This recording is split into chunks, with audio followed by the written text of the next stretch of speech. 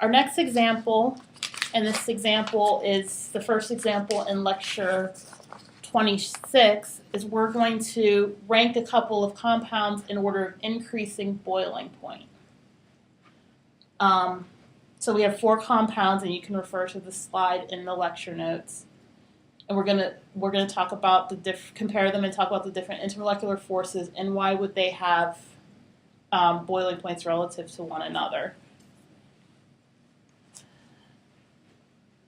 Okay, so our first compound, which will have the lowest boiling point, is methane.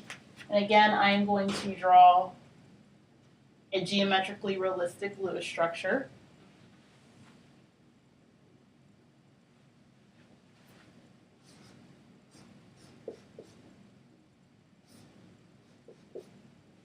And these dashed lines here mean that the hydrogen is going behind the plane of the board, and our wedged lines are hydrogens that are coming out of the plane of the board. So methane, CH4, has a tetrahedral geometry.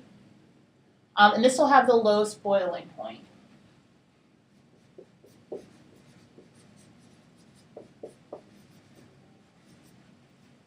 So, and this is compound, if you're looking at the slide, this is compound B. So I'll list that over here. So why would it have the lowest boiling point? Well, it's not polar.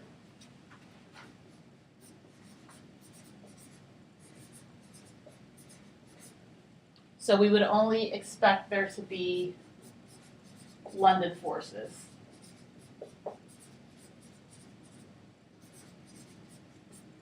So it would have the lowest boiling point because there's only London forces present. It's not polar.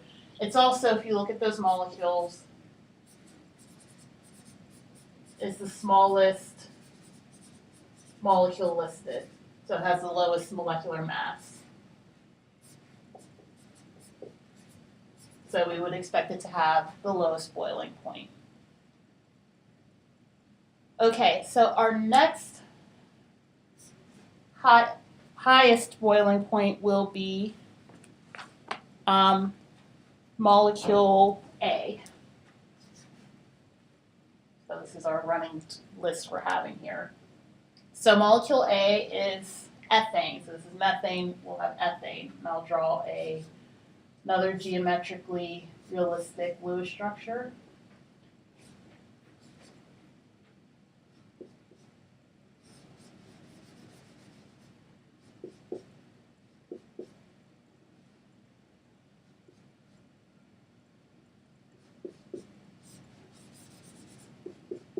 Okay, here we go. That's ethane. So this will have the next highest boiling point. So if you look at this molecule, the difference between our methane here and our ethane is that this has an extra carbon. So it has another CH3 group attached to it instead of one of the hydrogens. So this molecule is also nonpolar.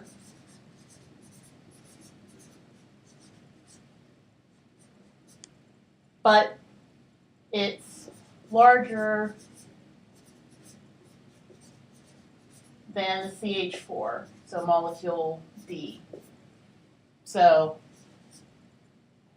the molar mass has increased. So you would expect that if the molar mass increased, there's stronger London forces.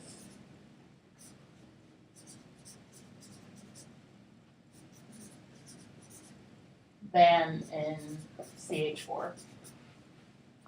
So if you compare these two molecules, this one's bigger, so you would expect it to have a higher boiling point than molecule D. Okay, so our next largest molecule, well, it is more massive rather, which will have the next highest boiling point, is molecule C. So we'll draw a nice geometrically realistic picture of that molecule. So choice molecule C.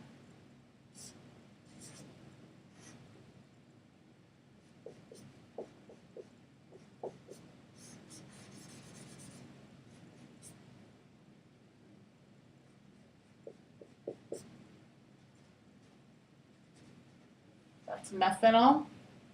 Okay, so now we're going to compare this molecule to this molecule.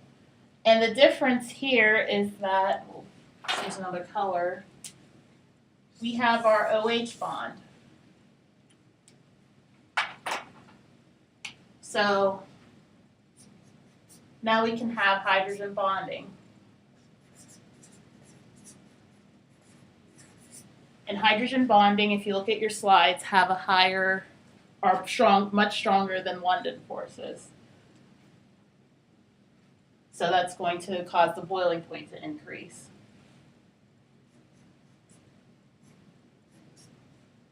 So H bonding.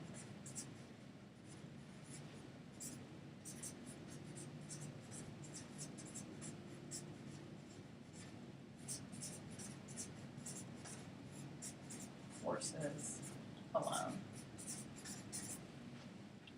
Okay, also, if you compare these two molecules, methanol, being that it has this OH bond, which is a polar bond, is quite polar. So it's also polar, which gives it dipole-dipole interactions.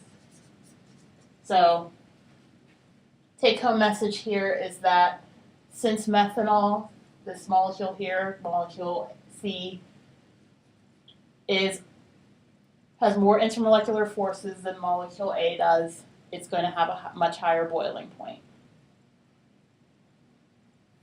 Okay, and finally, we have molecule B, that's what's left, and that's going to have the highest boiling point of the four molecules we're comparing. So I will draw a geometrically realistic Lewis structure of that one.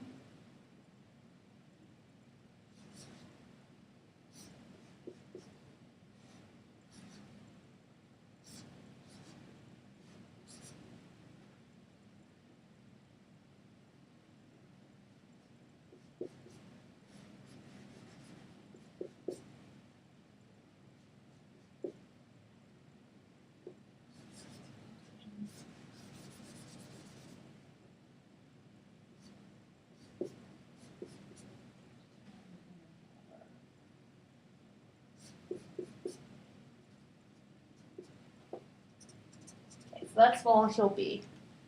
And one thing you'll notice about molecule B is now we have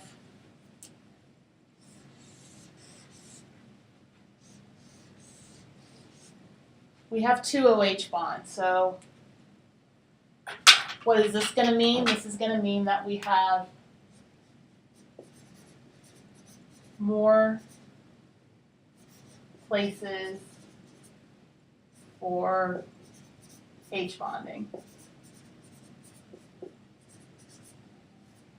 So this effectively gives this molecule more intermolecular forces, so the boiling point is going to go up